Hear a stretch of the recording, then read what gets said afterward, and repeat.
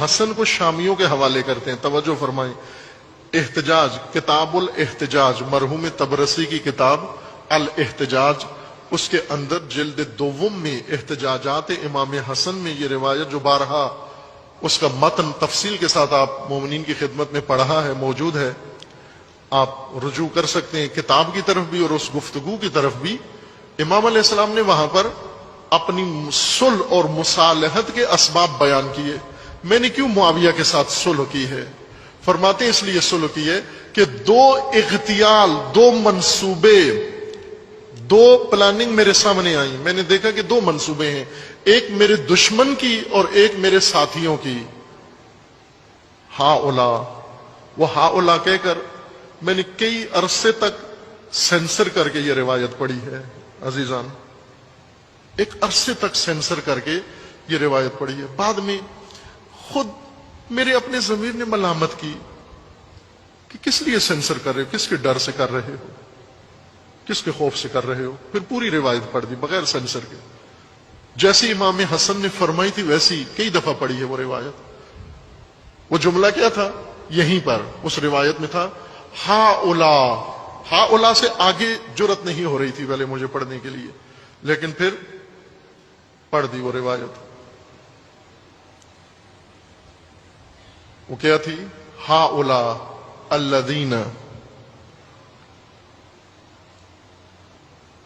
یقولون انہم شیعتنا، یہ سب جو کہتے پھرتے ہیں کہ یہ میرے شیعہ ہیں.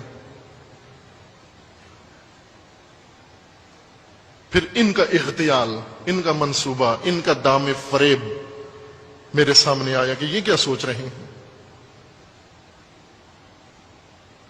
پھر میں نے ان کا منصوبہ سوچا کہ یہ کیا سوچ رہے ہیں.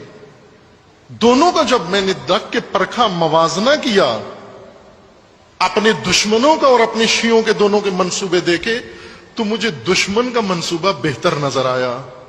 کیوں؟ کہ میرے اپنے شیعوں نے میرے لیے جو منصوبہ بنایا تھا اس کے اندر بہت ذلت تھی. اس لیے میں نے یہ کتاب الاحتجاج میں ہے، کئی دفعہ روایت پڑھی ہے عزیزان من. وہ کیا منصوبہ تھا کہ ہم امام حسن علیہ السلام کو پکڑ کے، گرفتار کر کے، رسیوں میں باندھ کے شامیوں کے حوالے کر کے معاوضہ لے لیتے ہیں، اس کے بدلے میں غنیمت لے لیتے ہیں، مال غنیمت لیتے تھے، امام فروشی کرتے ہیں. اس سے آگے تو ہمارے پاس اور کوئی راستہ، ہمیں کوئی چیز متاع نہیں ہے بیچنے کے لیے. ہمارے پاس جنگ تو ہونی نہیں ہے، مال غنیمت ملنا نہیں ہے، شام کی طرف سے بھی کوئی ہمیں آفر نہیں ہوئی.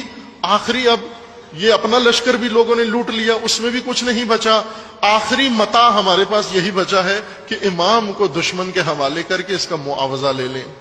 یہ کن لوگوں نے کیا؟ یہ تاریخ میں وضاحت کے ساتھ لکھا ہوا ہے، بہت دو ٹوک میں. تاریخ نے سینسر نہیں کیا، وضاحت کے ساتھ لکھا ہوا ہے.